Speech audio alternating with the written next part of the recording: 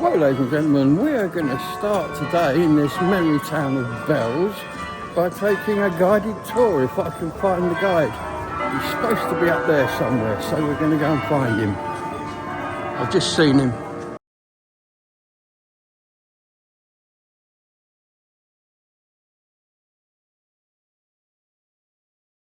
Today's video is sponsored by Heart of the Tribe Gallery, where art meets community. More about that later.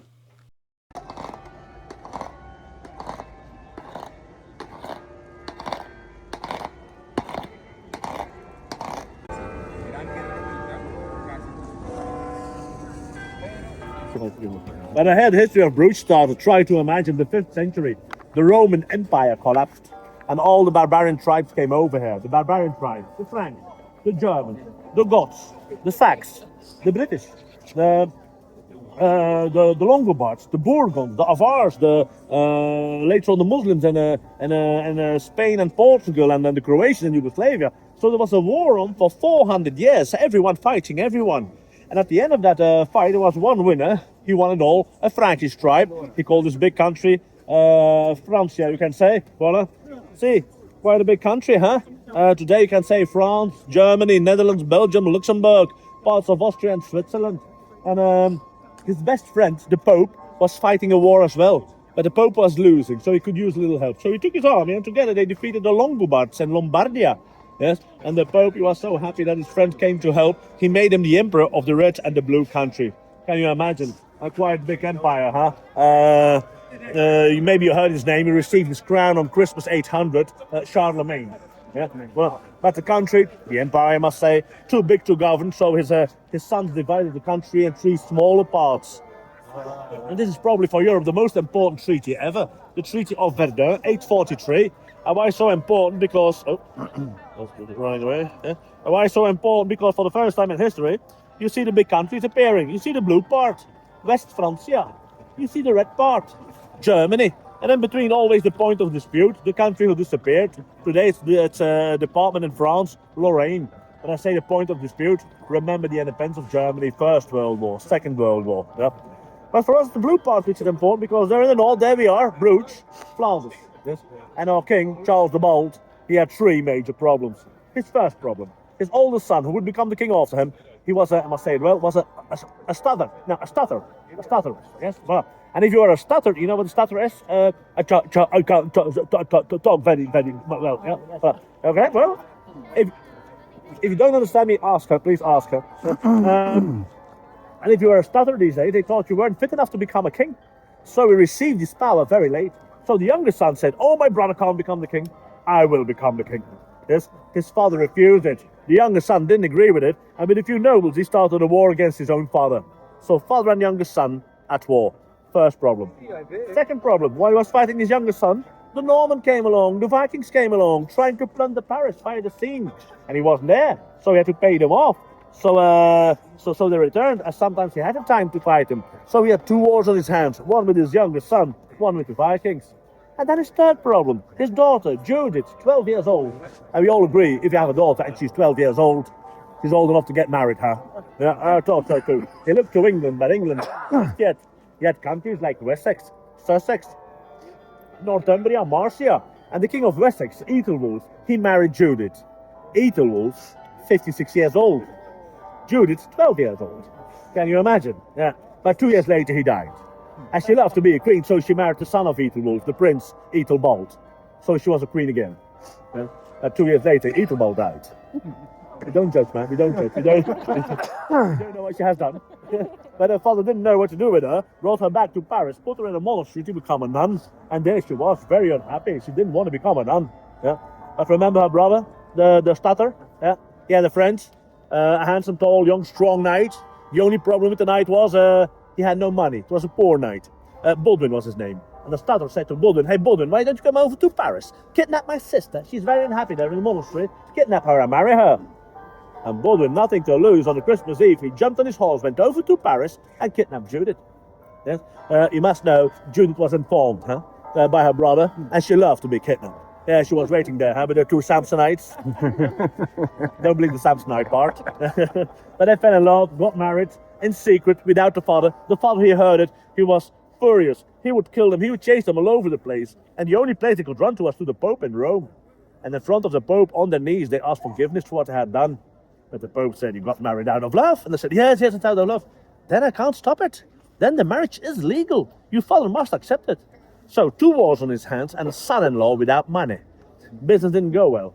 He said, hey, Budden, you must change it. You married my daughter, a princess, by the way. You're an ordinary knight. I must change it. Do you want to become a count? And Budden, of course I want to become a count. It's a big upgrade from a knight to a count. Then I'll make you the count of Pagus Flandrensis. Pagus, the land. Flandrensis, the land who floods. On high tide, the sea comes very close here. And if you're over there, fight the Vikings, will you? I said, no problem, give me an army, give me money, I'll fight these Vikings for you. And today, out of our archives, we know that he never gave that army. He never received that army that money. And why not? Out of revenge of kidnapping his daughter. So Budden came over here with Judith and a few soldiers. Judith in these days, 22 years old. And why did he come over here? Well, very simple. Oh yes, coming over here, the group was attacked by a bear. And to show his leadership, to show his strength, he killed that bear on his own. And if you wander around in Brugge, I don't know how long you are ahead, you will find bears everywhere. Indeed, ma'am. It's a symbol of Brugge, huh? The Bruggen bear. You'll find them everywhere. Yeah. And why did he come over here? Well, very simple. There's a lot of water around here. And why did he need that water? To hide behind. He couldn't fight these Vikings. Much too weak. So in 850, he started building his first Asterix and Obelix village. Some farms behind the water, some wooden palisades, some towers, being scared of the Vikings. And if you can't fight them, join them. So he went over to the Vikings and said, hey guys, you're robbing everyone, burning it all down, raping everyone, go ahead, I won't stop you, can't stop you. But why don't you come over to my place? I've got a lot of water around here. You can use these waters to ship all your stolen stuff to Scandinavia, to Denmark. And these Vikings said, oh, but that's a good idea, let's do so. So they came over, settled down without a fight, start using this place as their harbor, but the harbor in their language is Brugge. And Brugge becomes Bruges. So we had to tag our name to the Vikings. And for a while, no one attacked us anymore. Yeah? All these Vikings around. And we put sheep on salty grassland. And if you put sheep on salty grass, then you have an extremely good wool. All that wool was sent to Ghent, maybe you heard of it, 50 kilometers to the east. There they started weaving it. They made a very dense weaving textile called cloth. The cloth returned to Bruges because we had access to the sea, and that's the way we became the center of the North Sea, as Venice was the center of the Mediterranean. Around 1300, we belonged to one of the richest and biggest cities above the Alps. The biggest city, Paris. Then you had Ghent, 80,000 inhabitants. Then you had London, and then you had Bruges, almost 50,000 inhabitants. Today, in the center of Bruges, only 20,000. Yeah? A very, very small city. You can't get lost in Bruges. Impossible, impossible. It's too small. We're even joking about it. When it's raining, we're taking Bruges inside. Such a little city. And we became richer and richer and richer, so we had a first stronghold with a copy of with a church in it, with a copy of the one of Aachen, but Napoleon didn't like it, so he demolished it. But you can still see the foundation, see the circle there, with the green chairs in the middle. This used to be one giant church. So here you are in the center of Bruges. We like that. I need a tea anyway. For those who like a good restaurant, remember on Northern Gate. On Northern Gate over there, there's a restaurant, not expensive, but even with 400 Belgian beers. Can you imagine? Yeah. This bridge and this water, you crossed it already, but you didn't see it. And why not? On the water we build our houses. We build houses. This street is the way to the market street. It's on the market square. Well, over there. I start my tour here. I'll end my tour on a beautiful southern gate over there. And then I'll tell you about the courthouse, the city halls, and the Holy Blood Chapel there with the golden statues where we keep the blood of Jesus. That's over there. Yeah. And this long street, well, it's not very difficult, huh? It's that long street. Do you know how we call it? Longstrasse. The long street. Very simple. Voila. So the political center, let's go back to the marketplace, the economical center. Please. So, the political center, the economical center, and it was never enough, huh? Oh yes, we know what greed is. We always wanted more. We need more land, for more sheep, for more wool, for more cloth, for more money. So we pushed away the sea, we started building dikes. Not very clever because we pushed away the harbor as well. The distance between the harbor and the city became bigger and bigger and bigger. And these new grasslands, they weren't very salty. So the quality of the wool went down. And we sold. We started trading with England. The English came over with all their wool they had. But they had a little problem coming over with wool. Wool does weigh a lot. And if you have a ship filled with wool, then the ship is very unstable. So they had to stabilize their ships. How did they stabilize their ships? They added rocks to the wool. So the English came over here, threw away those rocks, sold the wool, bought what they needed, the cloth, the wine, the weapons, whatever, and they returned. So after a while, we had piles of English rocks around here. I'll tell you later on what we did with it. Yeah. And the second, and the other problem, the distance between the harbour and the city was solved in 1134. A big storm surge created a new sea in the north of Brugge. It cost a few thousand people their lives, huh? But since then, all the big ships could enter that new sea and could sail until Dam. All the goods were unloaded there, and these goods were reloaded in smaller boats, and these smaller boats came via the canals towards Brugge, on new access to the sea. But if I talk to you about big ships, don't think Pirates of the Caribbean, huh? No, no, no, no, no. These are those big ships. Voila. 20, 25 meters maximum. It's quite dangerous to cross the seas. And then these little boats coming on the canals towards Brugge, more than 300 a day sail to the center of Brugge. And why to the center of Brugge? Because in the center of Brugge we had a very big harbour. A harbour 95 meters long with a roof on. Voila, this used to be a harbour. These three buildings. Yes, yes, yes. It's not the original buildings. See, these are water holes. Yes, but the 2 lanes of water are still under there. It's entirely built on poles. Yeah, the water goes under there. Yeah, under these houses further on. And then it appears. First floor storage yard with 2 cranes to unload these smaller boats. And in front, you had all these shops. And so this became a marketplace. Trading everything around here. But not the wool, not the cloth. There wasn't enough of it. The prices were very high and people started killing each other for it. In the Middle Ages, Brugge, a very dangerous city. And we had to stop these killings. And how did we stop these killings? We built these cloth holes. So trading cloth, trading wool happened inside there. So we could keep an eye on the traders, we could keep an eye on the quality of the wool and the cloth. Yeah. And I know. You come to see Brugge to see medieval buildings, huh? Nah, sorry, I must disappoint you. 10th, 11th, 12th, 13th century, we built a house in wood rots, wood burns. So on this marketplace, there are only 3 old medieval buildings left.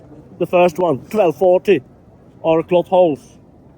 The second one, the tower on it, 1240 as well, but we must be honest, then he was built entirely in wood and much lower than it is today. And the third one, the one over there, the one with the compass. Seems like a clock, but it's a compass, 1250, 1260. Yes, all the rest around here is much younger. You're talking about 14th, 15th, 16th, 17th century, even 118, even 119, even 20th century. So, not very medieval. Yeah. Hey, by the way, someone knows why we built that belfry tower? No, later on, yes. Now, just to show off. Yeah? Look at us. We're an independent city. Look at us, how rich we are. Yes? And we had to give it a purpose, so we put our aldermen in there for the reunions, or treasury, or archives, and in 1280 he burned down, together with the archives. So a lot of what was written before 1280 is lost. Yeah? But even with that loss, we're still one of the best documented cities in the world. And then we had to build a new one. It didn't burn that easy. Less wood, more stone. Yeah? So we used the stones we got for free from England. Yeah? And see those first 3 meters. See those grey stones, the first 3 meters. These are those ballast stones. Not only this building, huh? Other buildings as well are built with these stones. I'll tell you later on. I'll show you later on. The entire city of Dam is built with these stones. And they never send us an invoice. Yeah?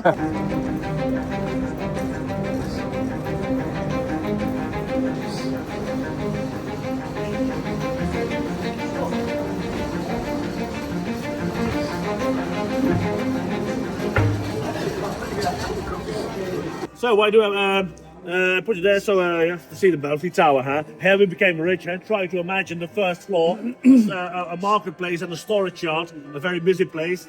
Down here the traders from all over the world. The world was small in the UK. Let's say Europe. With their own languages, their own coins, no translators, but we say if money is involved, everyone understands everyone. And here we became rich. And all you see here is medieval. Not the paved floor, not the sewers, not the electricity, and not that thing over there, that AED, that's not medieval, but all the rest around here medieval. And what you see behind me, there you see it, and the Belfry Tower, the symbol of our richness, the symbol of our independence. Today, for 15 euros, you can climb the 366 medieval steps. Then you're 83 meters high, and up there you see the oldest working carillon in the world. A carillon, a piano but for bells. Yeah? Up there you see the biggest drum in the world. It's like a music box, with a drum with more than 30,500 holes in there to put those needles in there to play those 47 bells. But now they shut it down. And why? Because father and son are playing the carillon. The carillon. Every Wednesday, Saturday and Sunday at 11 o'clock, father and son are playing the carillon. And why? Because in COVID times, it was a ghost city around here. We start listening to our music and we start hating it. So that's the reason why. And now they play all kinds of songs. Is that them playing? Yeah, that's not. If you might go up, you might see them. And if you shout to them, it's my birthday, they might sing you. Not always, they might play you a birthday song. It's not true. 83 meters high. They're up there. They're up there. They're up there. Yes. They're playing all kinds of songs. For instance, Tina Turner died. They played all the music of Tina Turner. ABBA was 40 years old. They played the music of ABBA. But the last months and weeks, James Earl Jones, the voice of Darth Vader, died. Then they played the music of Star Wars and the Lion King, which was the same voice. And David Lynch died. They played the music of Twin Peaks. So if you hear your own music, it's not good. Yeah, if you have a quick look at the tower, you see the tower is built in 1, 2, 3 parts. This wasn't always that way, huh? See, the first one, 1240, he burned down. The one that burned down in 1280, remember? He burned down, huh? He burned down. And then we built the one you see now, but only up to the first layer, with a wooden tower on it. With a wooden tower on. See the first layer with a wooden tower on it. Yes, first layer wooden tower. But you won't see the tower anymore. No, ma'am. The tower burned down. The tower burned down. And then we put the second and the third part on it with a very high tower. See? Second part and a very high tower. Yeah. No, ma'am. You won't see the tower anymore. No. Can't see the tower anymore. The tower burned down. Yeah. And then we built a very strange tower on it. See? No. You can't see it anymore. Have a wild guess. It burned. Oh, you've been here already? Okay. Oh, you know it already. But see? Yes, and that's the reason we don't put any towers anymore on it. And these days, we didn't know that iron inside the wooden tower attracted the lightning. Yeah. One we burned down ourselves, but it's not a history. Well, yeah. Well, and but all these constructions are built on the first foundations, huh? And there I can present you the first tower of Pisa. That's the reason why I try to put you as much on the back as possible, because from there on you can see he's leaning over already 87 centimeters to your right. Yeah, he's leaning over. And consider yourself lucky being here. Because from next year on, this place will be closed for more than 10 years. Yeah. They're gonna put a big museum underneath, and meanwhile they had to stabilize the tower. You didn't know it, but entering that gate over there was extremely dangerous. But you didn't know it. No.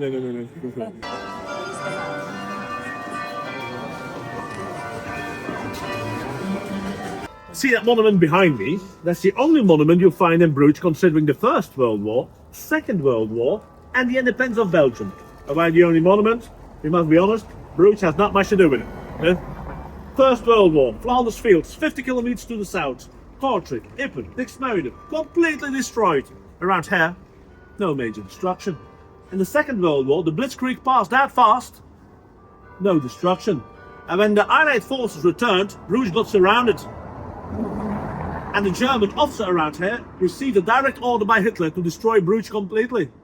But he was too long around. He loved Brugge so much he couldn't do it. So he made it an open city so the Canadian Manitoba regiments could enter without a fight. So 2 world wars, no destruction. Lucky we, huh? Yeah. Lucky we? Well, remember the place I would say, what's also one of my recommendations is, but Brugge is known for 2 breweries.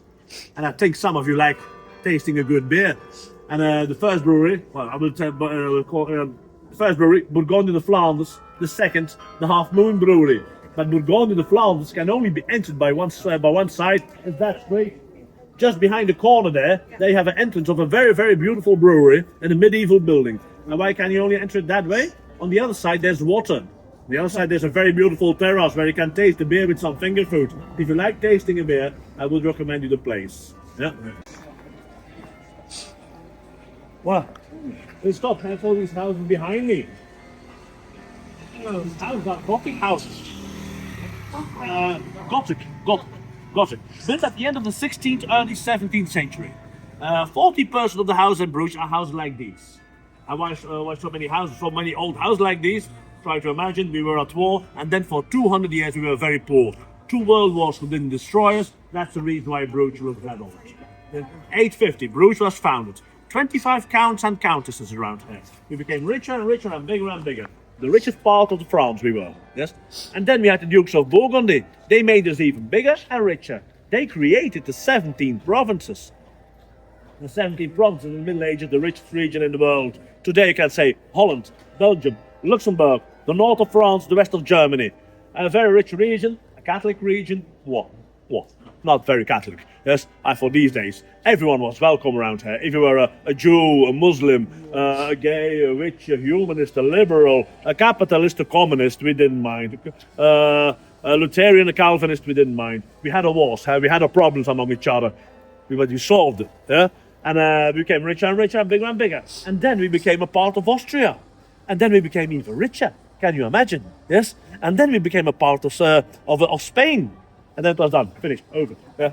And why? Because the second king of Spain, Philip II, he hated us. Yes, and there were two reasons to hate us. Well, he wasn't very fond of the British neither, huh? Yeah. And there were two reasons to hate us. First reason, the first reason, we were not Catholic enough. Yes. Second reason, it was too cold around here. Yeah. He came up to see Holland. He came up to visit Holland. He has never seen it. He came up to Brussels, too cold. He went back and he started a war against us. And this is known in Europe as the last religion war in Europe, the 80-year war. Yes, a very hard war. And all these rich people around here, these Calvinists, these liberals, these humanists, these Lutherans, they didn't fight. They all fled to the north. 17th century, the golden age of Holland, and we suffered the brain drain around here, and we became poor for the next 200 years. Yes, we became so poor in Germany and Holland and Belgium. There was a new expression installed. We still use it today. We don't use it in your language, but we still use it today. And it's the expression, because I will use it later on, it's the expression being stone rich, which means we are so rich you can build your house in stone around here and bricks, yes, and not in wood anymore. Yes, but you don't use it in your language. But we have no stone-rich people around here anymore. They all fled to the north, and that's the reason why we didn't build new houses anymore, huh? But instead, we became very, very Catholic. We became very, very Catholic. See the house behind me, with the saints in, to keep out the bad spirits. Yes, or the house next to it, with the scary creatures above the windows, to keep out the bad spirits. And all the woodwork was painted in red, and these days with oxblood. See? Well, not anymore, huh? With oxblood. Because the oxblood keeps out the bad spirits. Can you imagine how scared, how devoted we were? Yeah? But sometimes we had new houses, huh? Like the house over there. See? And above the windows, you see beautiful faces. Yeah? And this is to worship your ancestors, because they probably paid for the house. And in these days it was said, put your mother-in-law in there, then you keep out everything.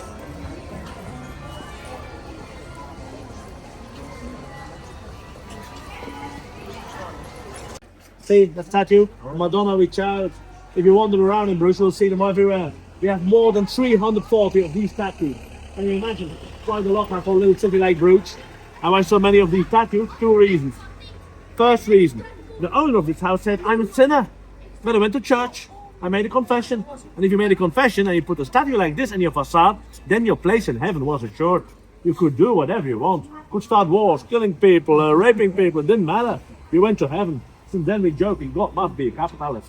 The second reason, 1100, 1700, a booming city, an overcrowded city. 13, 14, 1500, almost 50,000 people lived over here. Yeah?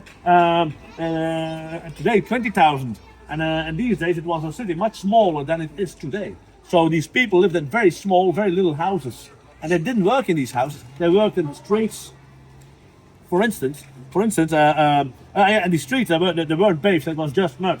For instance, the fisherman, he cleaned his fish in the streets, throwing away the waste in the mud. The cattle passed here to be butchered, leaving things behind. Horses from the knights, the knights with their horses, leaving things behind. Wild animals everywhere, leaving things behind. So this was mud mixed with shit. An awful, awful stinking city. And the summer so full of insects, so many bugs around here, we couldn't drink from our cups anymore. We had to invent a cup we took 2 hours down, just for the insects. Can you imagine? Yeah. And people start walking on these kinds of shoes. I had a pair of those in the 70s. 70s, And why these kinds of shoes? Why these kinds of shoes? Because with these kinds of shoes, you walked a little higher than all the mud and the shit in the street. Always looking up, huh? Looking up, huh? Yeah? And while looking up, someone could empty his chamber pot. You didn't want to have a shower. Huh? Can you imagine? And it's sitting with strange habits, huh? Very strange habits. For instance, if a nobleman wanted to clean his boots, he just jumped on his horse and took a ride in the crowd, very slowly. Everyone was so close to each other, they all scratched his boots. That's the way to clean his boots. Can you imagine? Yeah. And wait. In 1420, Philip the Good installed the law that it was forbidden for men to clean their nose and hands in the skirts of women. We needed a law for that. And since then we're using tablecloth. So everyone can clean his hands and nose in tablecloth. Yeah, civilization, it took a while, huh? Yeah, and you won't hear me saying we're there yet. And imagine that street, pick a date, 11, 12, 1300. It doesn't matter. None of these houses had toilets, huh? And why not? It wasn't invented yet. It didn't exist yet.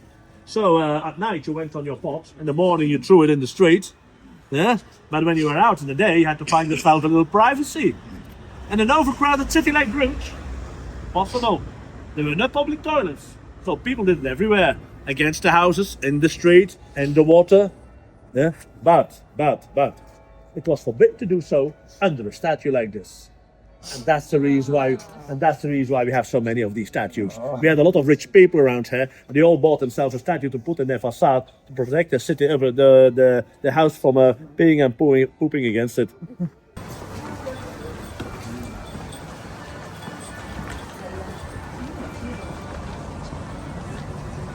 But I didn't take a hand for these boat companies. I took a hand for the magnificent 15th century gate, the entrance of our most beautiful castle in Brugge. Let's see that castle. Let's cross the street and go in there.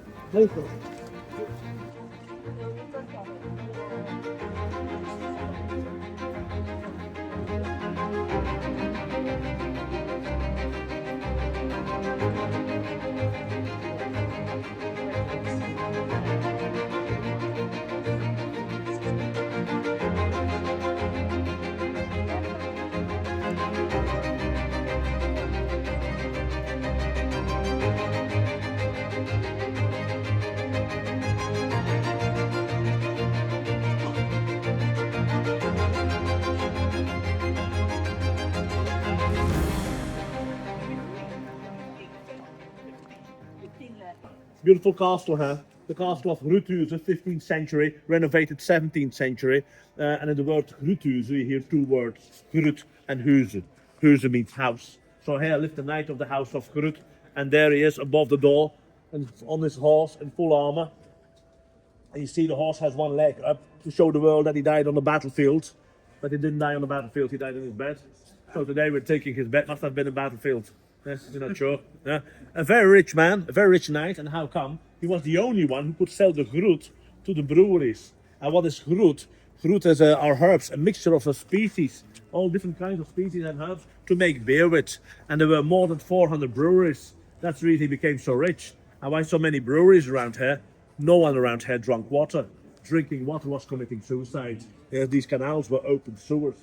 Yes. So drinking beer was safe. And why was drinking beer safe? In the process of making beer, we have to boil the water. And without knowing, we destroyed the bacteria. So drinking beer was safe, so everyone drank it. Not the nobles. And the nobles, they drank the Burgundian wine. But all the rest, the clergy, the common people, the children, they all drank beer. And we know out of our archives that everyone from 2 years on drank 2.5 liters beer a day. Happy city, huh? Happy city, huh? I see you smiling and dreaming. Oh my God! But I must disappoint you. It was a beer without alcohol. It was made the same day, drunk the same day. Yeah, otherwise, our children wouldn't survive it. But he had some big problems. And it is the stronger beers with the strong Groot beers. Yes, if you drank too much of that strong Groot beer, then you became drunk. But becoming drunk around here was allowed. No one had problems with it. Yes, if you drank too much of that strong Groot beer, then you also became horny. And there were too many nuns becoming pregnant from God. Must have been God. They're married to God. Who else? Huh? Yeah. So the clergy installed the law. So that it was forbidden to drink beer made out of Groot. And since then we switched over to hops. And Germany, they were using it already. It preserves longer, tastes better, doesn't make you that horny, makes you sleepier instead. Yeah. If you want to taste the Groot beer, just for the taste, not that you need it for something else, you must go to Ghent. And Ghent, you have the last Groot brewery. There you can still taste the Groot beer. Yeah. He could build his magnificent and rich castle next to the church of Our Lady. He was so rich, he could build a connection between his bedroom and the church. I'll show you in a minute. Yes. He was known for it, to go to the church in his pajamas.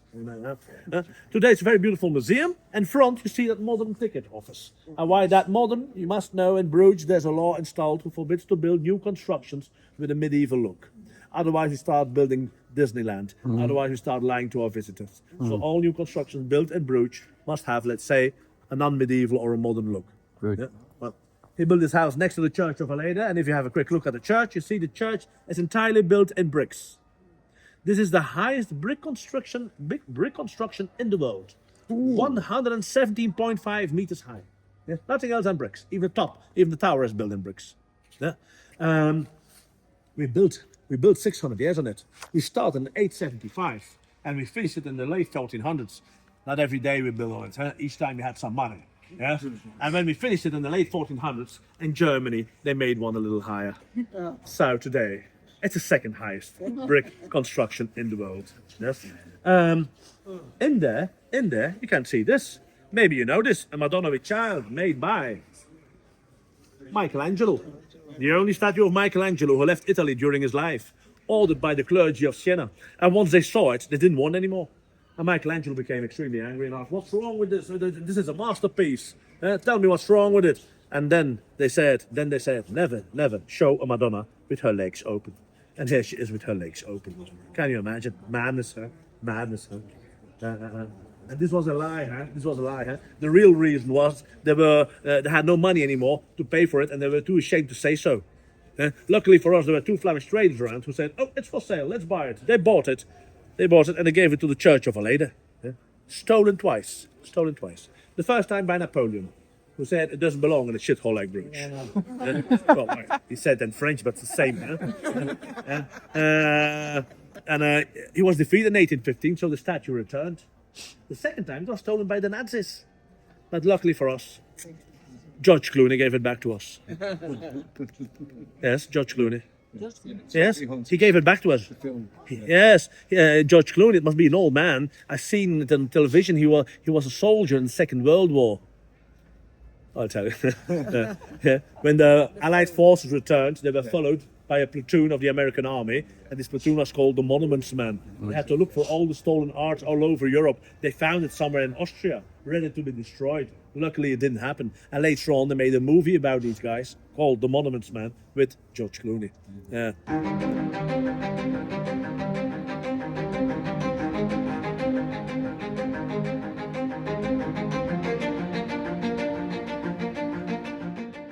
The stat between the castle and his bedroom, huh? The lazy bastard.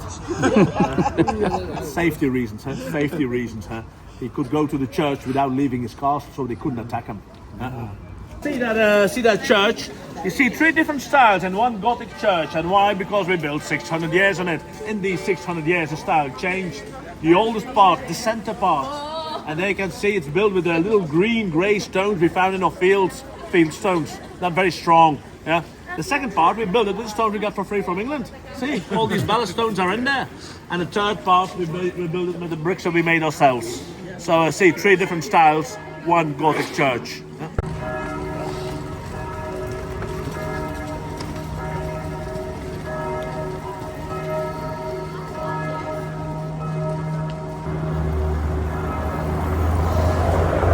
See these little faces over there? Yeah, see those wooden faces? This is a woodwork. I think you must come closer. These are woodwork, 15th century. These are faces of nuns. Very important to us. I'll explain you at the center court. Not the central thing. That's geocaching with your cell phone. Yeah. Please.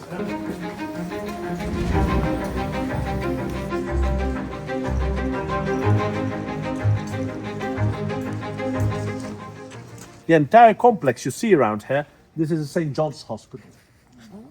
One of the oldest hospitals in Europe. See, from that corner on over there to up there, this is built in 1150. Can you imagine? Yes, and we say around here, hospitality is invented. If you had no place to sleep, you were from abroad, you didn't know where to go at night, you came over here. They put you in a bed together with 1 or 2 other patients. Yeah, no privacy around here. No. If you were hungry, had nothing to eat, you could come over here. They gave you a meal. If you needed medical assistance, you could come over here, you could pay the priest, and then they start praying for you, these priests. That's the only thing they did, praying. They didn't do any surgery. And why didn't they do any surgery? If they did some surgery and the wounds on the patient got infected and the patient died from these infections, then the priest became a murderer. And the priest committing a murder went straight to hell, so he didn't take that risk. No. The only thing he did for you was praying. If you needed surgery, you could come over here for the barbers. The barbers, these were the guys who could work with scissors and knives. These were the surgeons in the Middle Ages. Not only in Brugge, all over Europe. And that's the reason why today, all over the world, you can recognize the barbers. They still have the same symbol. The pole with red and white stripes with a blue dot on. Yes? The symbol of the barbers? No, the symbol of the surgeons. In the Middle Ages, red, the color of blood. White, the bandages. Blue, the color of the veins.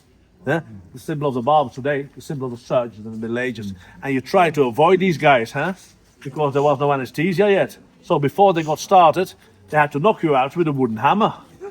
Yeah. And if you didn't want that, you could drink until you fainted. They're from the expression getting hammered. That comes from. But you try to avoid these guys. If you needed a medical assistant, you came over here for the women. The women, these were heroines. 1100, 1700 women had the same right as men. A lot of shops and factories were run by women around here. And this place was run by women as well, by nuns. And these nuns in the 14th century, they started experimenting with all different kinds of herbs. They were making the first medicine. The first pharmacies, very beautiful to visit. Yes, the first big pills made out of herbs. And herbs, they taste bitter. So they're from the expression, it's a bitter pill to swallow. There it comes from. Yes, but we were lucky guys. In the 17th century, there was a guy coming over from Switzerland to Brussels, not Brugge, to Brussels, and he put those big pills in a little layer of chocolate, so they were easier to eat. And later on, he didn't stuff them with medicine anymore, he stuffed them with other sweet things. So the first pralines were made. Yeah, and the family became so rich, selling these pralines to others. They became so rich, today the brand still exists. Maybe you heard of it, the oldest chocolate brand in the world, Neuhaus. Chocolate of Neuhaus, the oldest chocolate brand. Not a very good chocolate, but the oldest. Yeah. But these nuns, they made sometimes a difference between life and death. And that's the reason why you find their faces everywhere. In wood, in stone, inside the building, outside the building. I show you these two nuns, these two 15th century here. I show you the oldest one as well, please.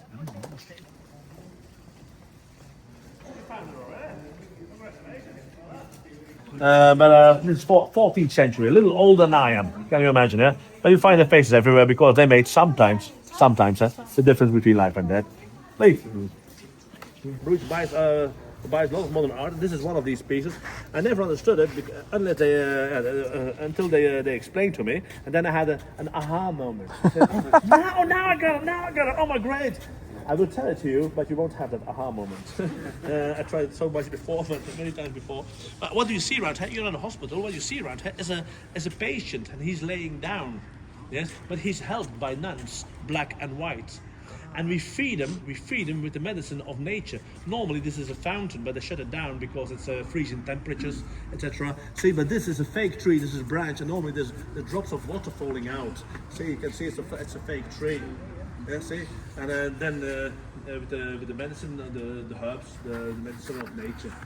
And then I understood it, and then I said, oh, now I understand it. Yeah?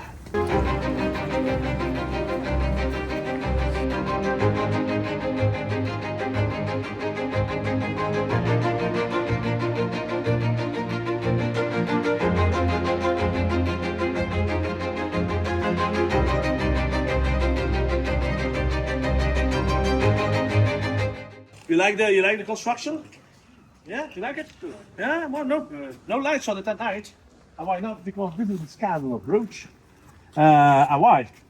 Stay over there, the hospital. Used to be a hospital until 1976. My oldest sister is born in there. Not me, but my oldest sister is. Yeah. Behind these houses, there's another hospital, still in use today.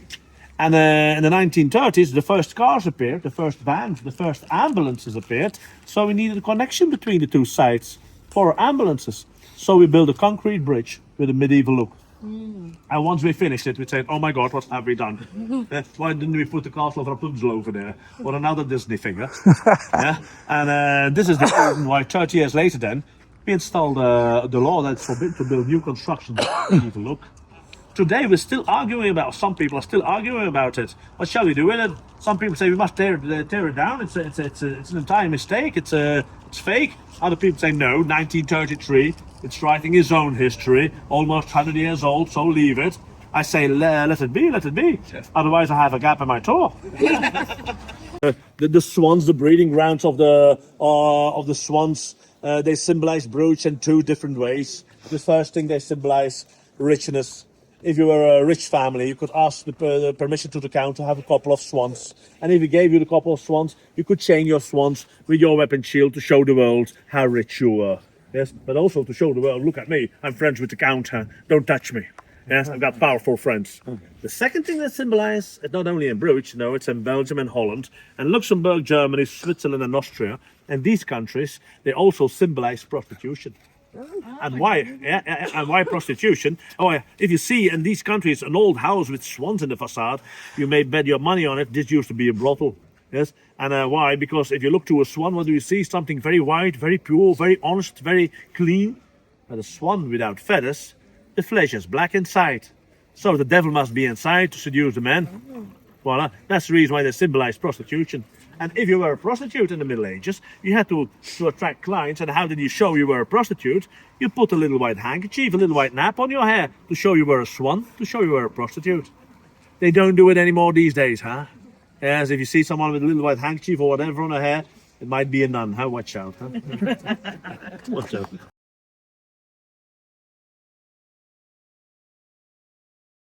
Here, now two reasons, Hess. First reason, if you don't know where to have your lunch or dinner, I would say come over here. This is the Wall Square. This isn't the center of Brugge anymore, and the restaurants around here are honest prices, honest food. If you eat or drink something at the Market Square or at the Brugge, you pay too much. You must pay for the view as well, let's say. Yeah, around here, this isn't the center, honest price, honest food. But the main reason to bring you over here is my favorite place, huh? Voila, there she is, huh? The Half Moon Brewery. Yeah, see the symbol of the half moon on the wall there? A brewery, yes, it is. The oldest brewery of Brugge. Inside there, they're making the Straffe Hendrik. If I would translate, strong Hendrik. Yeah? A very known beer, a worldwide known beer. And a few decades ago, they decided to create a new beer. And they asked the Bruggen people, as they are the oldest brewery and very proud of being a part of Brugge, they asked the Bruggen people, what should be the name of the new beer? And we all chose our nickname. We're called Bruggen Fools. If someone tells me, Peter, you're a Bruggen fool, I said, yes, I am. And I'm proud of it. Can you imagine? And how did we get that name? Maximilian of Austria gave us that name. And how come? You must know, around here, we don't like paying taxes. And the easiest way for not paying your taxes is killing the tax collector. Yeah, what we did. Yes, but he was the best friend of Maximilian of Austria, so Maximilian couldn't laugh with it. He sent us an army and he punished us. And since then he called us Bruggen Fools. But the Bruggen Fool, the beer, is a worldwide success.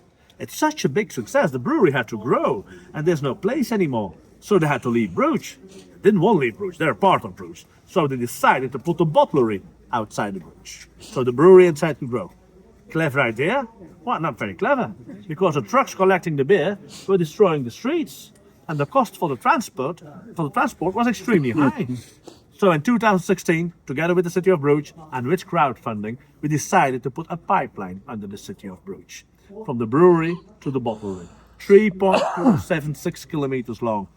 And since then, we were the first city ever in the world with underneath a pipeline filled with liquid happiness. and if you don't believe me, I'll show you. Please.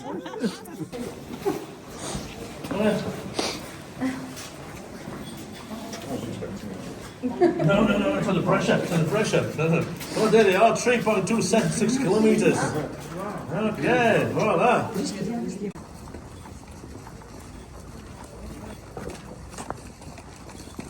If we're all here, can all disappoint you at once. Welcome to the red light district. Isn't very much, huh? No. And I can't. It's not here. It's in that street, or used to be in that street. This is the street is called the Stoofstraat. A stove comes from the German word Einstube. A stove to heat up the baths, because no one had a bathroom at home. If you needed, in the Middle Ages, if you needed a hot bath with a soap and perfume, you came in that street. It was full of public bathing houses, one next to the other. Yeah? Public, not very public, huh? It was quite expensive coming over here, so it was only for richer people. Richer people? No. Those who washed you inside were women. And if you paid them a little more, you had a happy ending. So these were brothels, huh? And I'll show you how these work. Well, see, over here, see one big hot bath, all these dirty rich men in the same water. But these dirty rich men, they knew each other. These were the traders in Brugge. They started merchandising, doing business, buying and selling products. Meanwhile, see in the middle, eating and drinking, yeah, in the warm water, together with the women, with the prostitutes. Yeah, today we call it networking. Yes. In the middle, you see a white dog. See the white dog, and a white dog always symbolizes loyalty. And the white dog showed his back to the sinners. He doesn't approve what the sinners are doing in the water. Yeah? And then you see the clergy collecting taxes on these guys. And that's a mistake. That's a mistake. They weren't there. No, they were in the water as well. And that's the reason why we know so much about these brothels, about these stars. They wrote down their experiences. And I told you, huh? Brothels and swans goes together. And you all know the symbol for eternal love. Two swans coming together and forming a heart. Yes, but a brothel isn't eternal love. It's just the contrary. So the swans, they look away from each other. And see above the door. The swans, Yes. they're looking away from each other. They could enter for sex, but not for love. It's always the same symbolism in the Middle Ages. Huh? Plants, flowers, humans, animals looking towards each other, it means love. Looking away from each other, animosity. And if you're a guy in Brugge and you want to get married, then you like to smell good at your wedding day, huh? At the city hall, I don't say church, huh? Marrying in church only from 17th century. Yes? Then you like to smell good, so you took all the savings, with or without happy ending. I don't care. But then you smell good. The place over there was women only, was men only, huh? So the brides couldn't come over here. And that's the reason why all the weddings happened in May and June. And why May and June? In May and June we had the most of the flowers. And when the bride entered the city hall, we threw flowers everywhere to disguise her smell. Can you imagine? And therefrom comes the use of a wedding bouquet, huh? We gave her a wedding bouquet to disguise her smell. Yeah, so next time you're on a wedding and you see the bride with a big wedding bouquet, you can ask yourself. Please.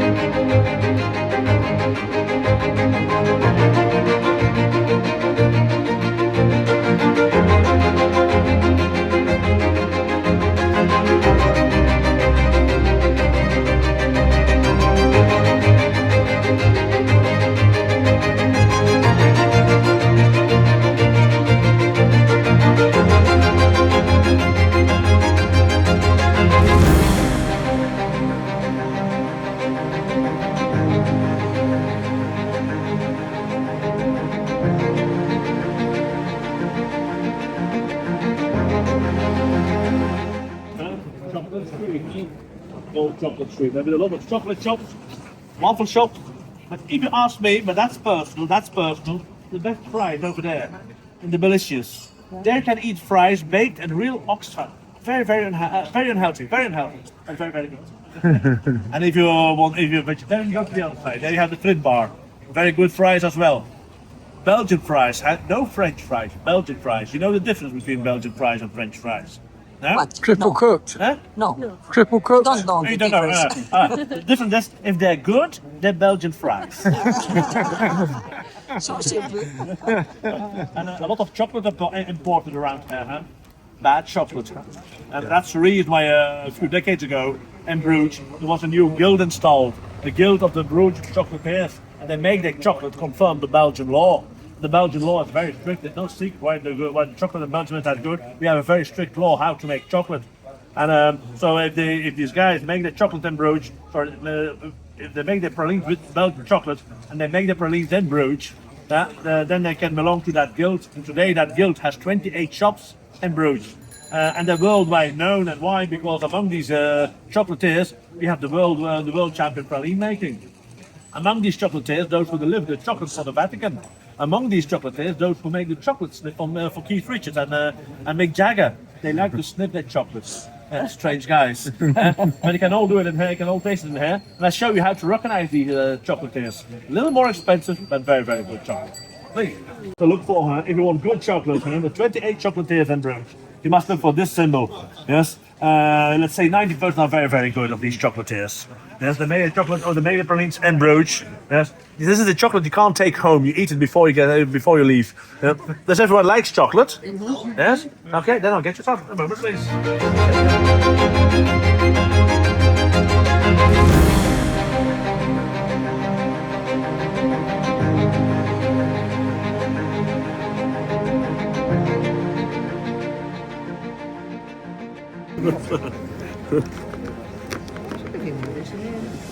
Thank you.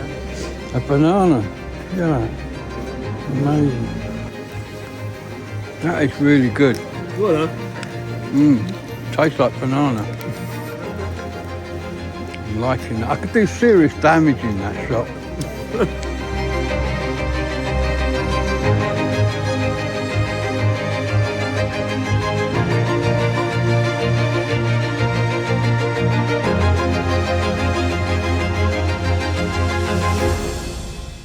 Once again, you see how important women are and were for us. Left and right, you see the faces of nuns. In the middle, a bas-relief dedicated to the Holy Virgin. And underneath, a Madonna with child with her legs closed. Yeah. A hospital, a church. So where you're standing on used to be a graveyard. Yes. The tombstones are gone from 1910. Yes, but the remains of the bodies, the skeletons, are gone last summer. Then we emptied it. And in this little place, we opened it. Yeah, and we found more than 1,000 skeletons. Can you imagine? So why so many people buried around here? Everyone paid for the ground. Everybody wanted to be buried as close to God, as close to the church as possible. And the church made money, so they sold the ground a few times. Yes, and every grave there were at least 5 corpses. Can you imagine? Yes, for us a very interesting timeline. But remember, if you were extremely rich, if you were stone rich, as we say around here, if you were extremely rich, then you could buy yourself a grave inside the church. But then there was a problem.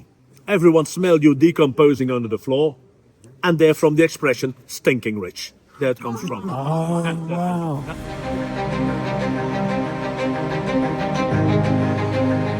This is the Saint Bonifacius Bridge. The Saint Bonifacius Bridge. Don't ask the people of Bruges what's the name of the bridge, they don't know. They call it the Bridge of Love, the Bridge of Kisses, the Kisses Bridge, the Lovers Bridge, whatever.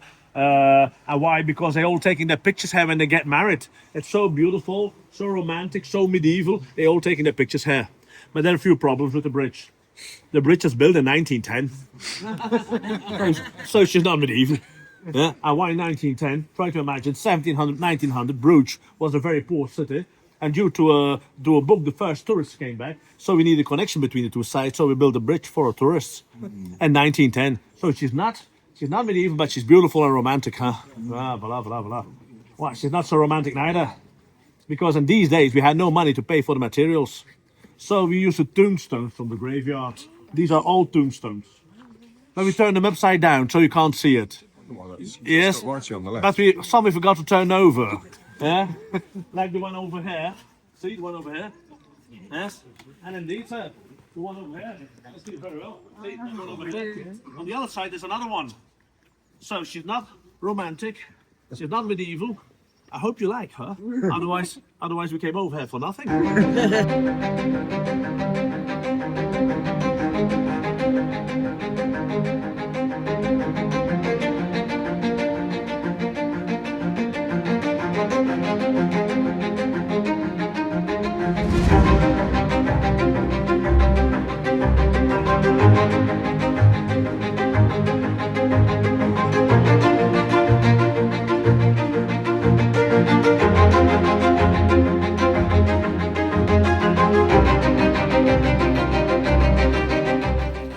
let no one tell you, we have remains of temples around here, huh? Like a temple of Aphrodite or Cupido or whoever, Neptune. No. We were founded in 850. The Greek, the Romans were gone already. Yeah, they have never been here. But this, you will see around here, these are the remains of our water holes. See? 2 pillars we found back.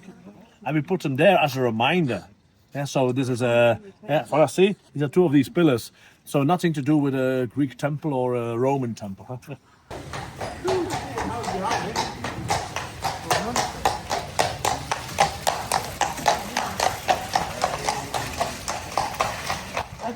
The only house is the top of the columns.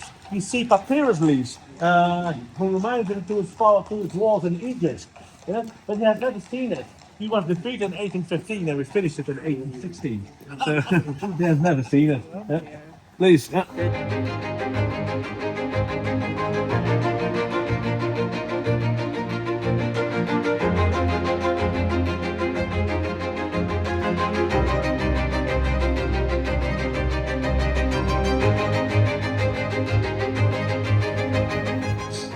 We just took a walk along the oldest harbour of Brugge. This is the first harbour. Here the Vikings shipped all this stolen stuff in there to be sent to Scandinavia, to Denmark. The gold, the silver, whatever they took, but also the slaves. Huh? Vikings took slaves. Yes. Shipped in here as well. Huh? And I see that that's the brewery over there. See, there was a slaves now, but that's the brewery, Brugge in Flanders. Their place to be here in the summer, tasting some beers with some finger food. That's the reason, the water, why you had to enter it from the other side, huh? You can't try it that way. It's not very deep, but I wouldn't recommend it.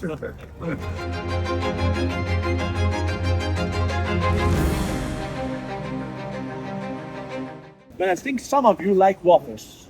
Yeah, well. Then, my favorite place, huh? Go in that street, you see the brown awning there, over the brown awning, yes?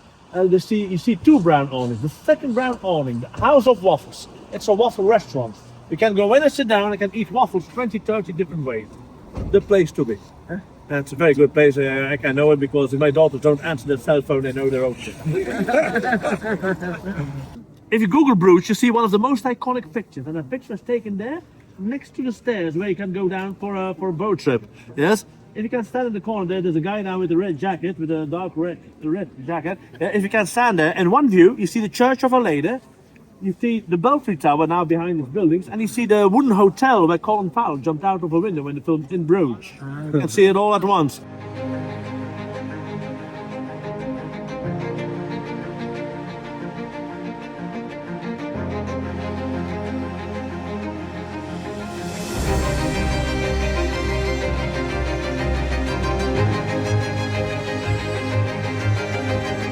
But this guy didn't like the smell, huh? Over there, see? He didn't like it at all.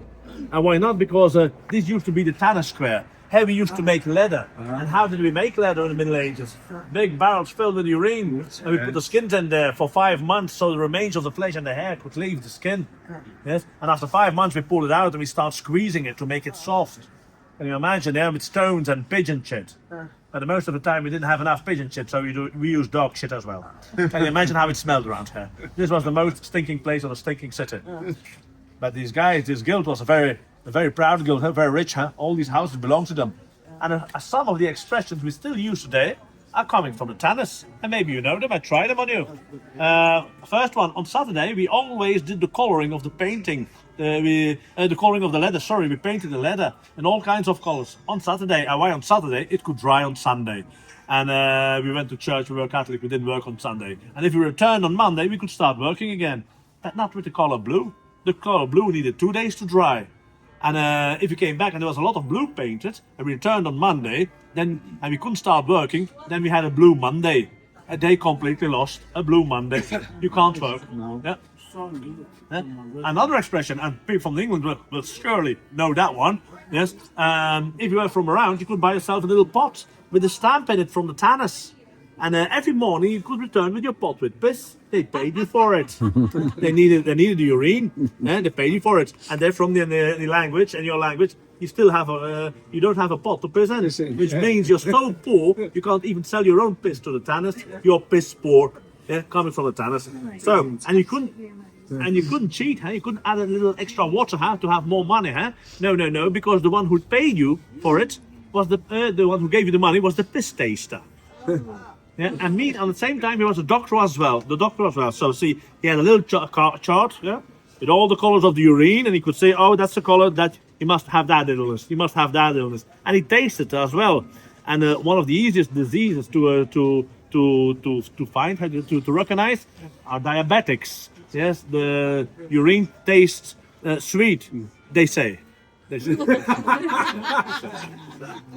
in these days, no engines on the boats. No refrigerators, no ice, so the fish sold there to the rich people was more than 3 days old.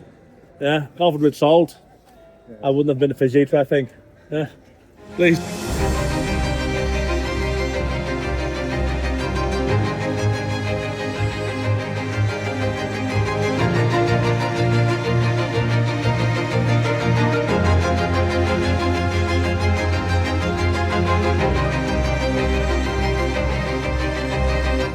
There are 14th century city hall, and many times copied all over Europe, ordered by Diederik of the Elzas in the 13th century.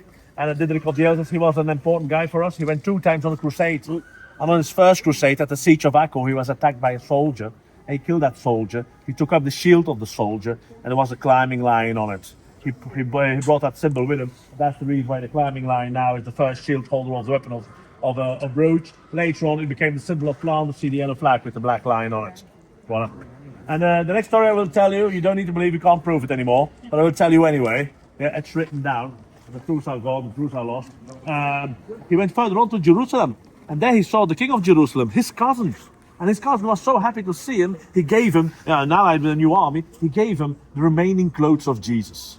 But we can't prove it. Yeah, why not? Because the clothes are lost somewhere in the fire in the 16th century in Spain.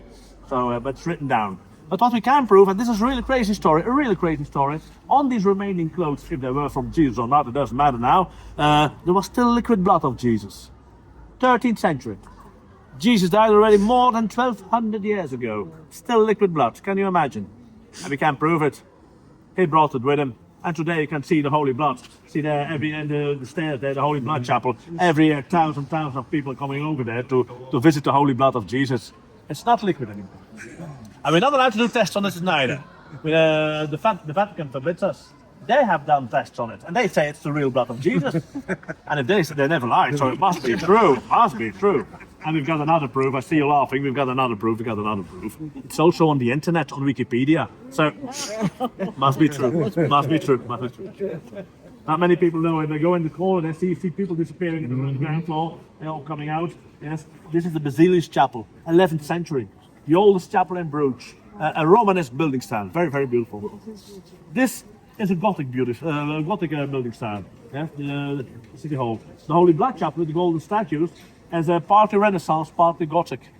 On the other side, the building with a much too expensive restaurant underneath, is neo-Gothic. The other corner there, the one with the golden statue with the golden flames on top, designed by Peter Paul Rubens, or partly I must say, is Baroque. The one behind me, Classicism. Yes, the one over there, Renaissance. So we say if you want to become an architect, start here. Yeah. And see those rings in the wall? Not to chain your horse on or your bikes on. No, they would chain the people on who had to be executed. 24 hours before the execution. And why 24 hours before the execution? Everyone in Brugge had the right to come over here and to kill one. Or to cut out a knife, to cut off some fingers, to cut off a nail, whatever you like to do with them. Yes? And whatever the reason was, huh? A bad hair day, the dog pissed on the carpet, whatever, huh? Yeah, whatever, huh? The most of the reasons were revenge, huh? The most of the guys chained over there were murderers. Yes? And if they survived the 24 hours, in front of the gate, murderers we hang. But for bribery, we skinned you. Yeah? If you attacked a duke or higher, a prince, a princess, a queen, a king, we quartered you. Yeah, these are my ancestors. Nice guys, huh? And I won't let you go with that horror story. One more story, and then I'll give you your freedom back. See that building behind me? That's given to us by Charles V, Emperor Charles. And Emperor Charles, he had a very big empire. His empire, the Holy Roman Empire. Let's say Germany and all what's behind it. The Empire of Austria-Hungary.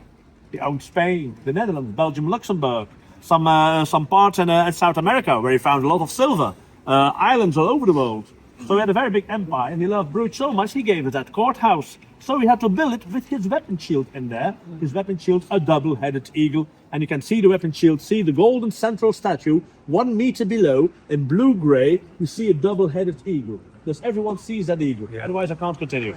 Yeah? See the eagle? Okay. Well, on both sides of that eagle, you see a column. These two columns are called the columns of Hercules. Yes? One standing in Gibraltar, one standing in Morocco. They symbolize the end of the world because the old Greek that didn't knew what was behind it. For them, the world stopped there. For them, behind it, they thought the city of Atlantis was behind it. Therefore, the name Atlantic Ocean. There it comes from. Yeah. But Charles V, he knew what was behind it. America is behind it. He received America from his grandparents, the first kings of Spain. So his motto is, I'll go further. Not in English, huh? In Latin. Plus ultra. And it's written on the banner. And the banner is around the two columns. Do you see the two columns on the banner? Yes. Do you see the two columns on the banner? And if you see the two columns on the banner, then you see the basic symbol for the dollar sign. This is the dollar sign. Yeah. And I'll explain you.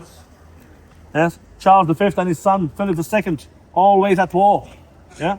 They needed gunpowder for their wars. Who sold the gunpowder? The Chinese sold the gunpowder. And well, the Chinese sold the gunpowder, and the Chinese, they wanted an international currency. So, Charles V, he made out of the silver he found in South America, he made a coin called a dalder. Yeah, the word dollar later on, a dalder, and with parts of his weapon shield on it, the two columns, and the banner around it. Voila. And this was the first dollar. He was the first one to cross the Pacific Ocean from South America to the Philippines named after his son, Philip II, and further on to China to pay for his gunpowder. And this is the first dollar, see? The two columns with the banner. And with a little imagination, you see the dollar sign in there. Yeah? See? Voila. See, voila. It's also on the flag of Spain, huh? It's also on the flag of Spain. Voila. And here I give you your freedom back. Thank you. I hope you liked it. Okay, thank you very much. Well, that was brilliant. Peter, the guy's name was, who just showed us around Bruges. What an amazing place this is. I mean, I've been coming here quite a long time, and I've seen places on that walk this morning that I've not seen before, I've never been to, so it was absolutely fantastic. The list of things to do and places to go here in Bruges is never ending. There's just tons and tons of things to do. So we will be coming back. I will be coming back. Yes. So let's go and see what else there is to do. The Heart of the Tribe Gallery is a community art gallery situated near the top of Glastonbury High Street. They host amazing exhibitions supporting local artists, and they have a beautiful secret garden out the back.